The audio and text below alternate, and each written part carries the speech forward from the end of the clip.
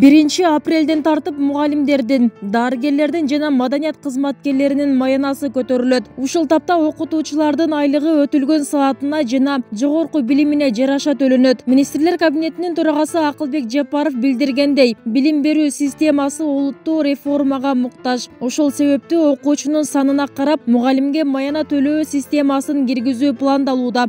Мектеп мугалимдеринин айлыгы көтөрүлөт. Муну менен катар мугалимдердин айлык акысы окуучулардын санына жараша төлөнүүчү ваучердик системаны да киргизели деп жатабыз. Азыр эсептөө иштери жүрүүдө. Көптөгөн мугалимдер убакыттын көбү билим берүүгө эмес, отчет жазууга кетээрин айтып таттанышты.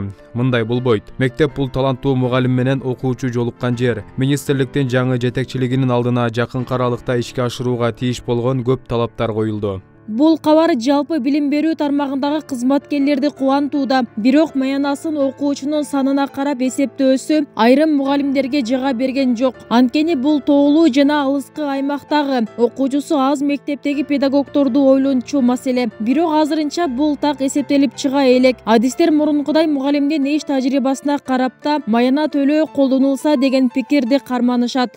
Ваучер системасын терең изилдеп көрөлекпиз. Бирок эгерде ошол биз практикадан көргөндөй билимине жараша, анан кийин стажын төлөсө, менимче жакшы келет. Апрель айында көтөрүүнү 50% атат. Анан дагы карап, октябрь айына барганда дагы 50 кошуп 100%. Бул абдан чоң көтөрүү болот.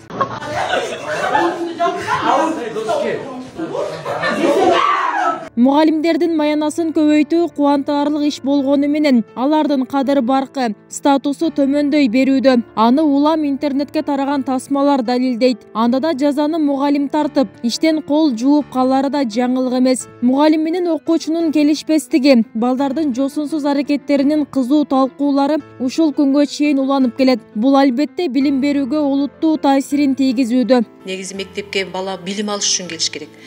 Тарбияны башат үй бүлөдөн башталат.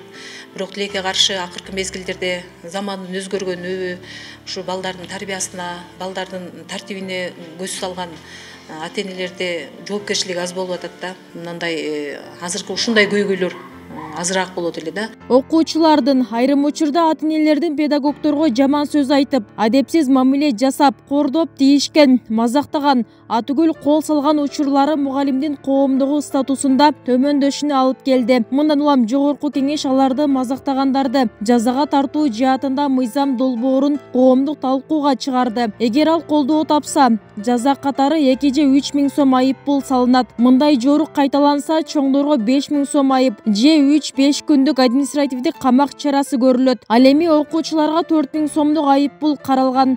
Мугалимдерди бүгүнкү күндө ашыкча ашкерелеп, ашыкча кордоп, ашыкча ыдык көрсөтүп аткан окуучулар жана ата-энелер бар. Экинчи тарабы балдардын укугу аябай жакшы каралган. Бул жерде талаш жок.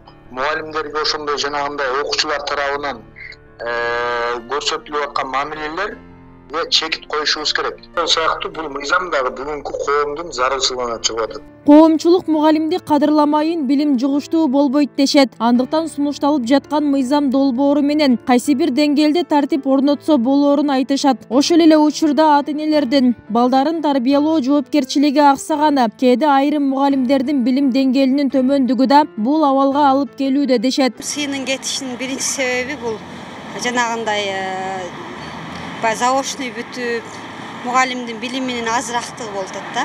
Анан кийин азыр кичине эле мугалим тийип койсо эле барып ата-энесине арыздана калышып, анан кийин ата-энеси бир нерсе кылып же балдары сразу интернетке чыгарып ийишип, азыр мугалим эч нерсе кыла албай калды да.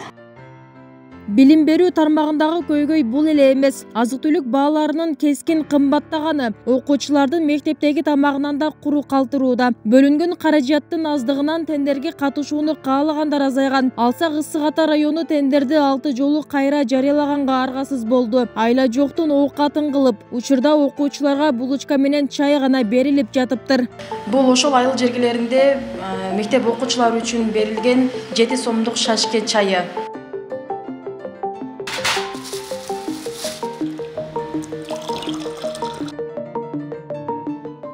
Ал эми ысык тамак киргизилбеген мектептерде окуучулар дал ушул көрүнүштө чай ичишет. Аларга 1 кружка чай, 1 булочка же пряник берилет. Ал үчүн мамлекеттен ар бир балага күнүнө 7 сомдон каралган. Муну менен окуучулардын курсагын тойгузуу мүмкүн эмес. Андыктан мугалимдер балдарын үйдөн чай ичирип жөнөтүүнү дайындашат. Сузактагы Бакиров мектебинде мындай шашке чай ичкен 462 окуучу бар. Биринчи күнү булочка берилет, экинчи күнү пряник берилет, үчүнчү күнү бөлкө нан менен масла берилет. Масла 0,1 граммдан. Анан 4-күнү байгандай жүрөкчө деп пряник берилет дагы. Анан 5-чи күнү кекс берилет. Биз көбүнчө ата-энелерге дайындап, ушул мектептин шартын түшүндүрүп, үйдөн дагы чай ичирип жөнөткүлө, тамак берип жөнөткүлө дейбиз. Бул шашке чай буларга кошумча тамак катары эле берилет. Бул маселе парламентте да каралды. Анда жылына окуучулардын тамагы үчүн казынадан 1 миллиард 600 миллион сом бөлүнөрү маалым болду. Каражат жетпей абал оорлогондуктан Каржы министрлигине кат жолдонгону айтылат. Оор болуп атат. Мен башында эле айтпадымбы? 7 сомго оор кыйналып атабыз мектептер. Тамак аш сатып алуу, продукты сатып алуу абдан оорго жатып атат. Азыр көп учурда жанагы компот менен эле керектүү бир булочка андаймдагы өткөнгө мажбур болуп атабыз. Биз чындыкта айтып эле жатпайбызбы ачык эле? Жок, макул анда.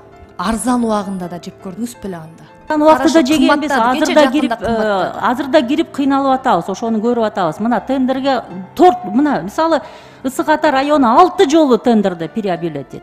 Ачык эле айтып атпайбызбы, кыйналып атабыз деп. Өлкөдө 2200гө чамалуу орто мектептерде 80 миңдей мугалим эмгектенет. Ал эми өлкө боюнча 2,5 миңден ашуун мугалимге муктаждык бар. Жаш кадрлардын мектепке барбагандыгынын башкы себеби да жогоруда белгиленген маянанын аздыгы. Бул билим берүү системасына олуттуу таасирин тийгизип келет. Абалды жолго коюу багытында бул тармакка көңүл буруу учурдун негизги талаптарынан. Бүбүсара Орозалиева, Шерзат Эгембердиев, 7 канал, Атайын жумалык үчүн.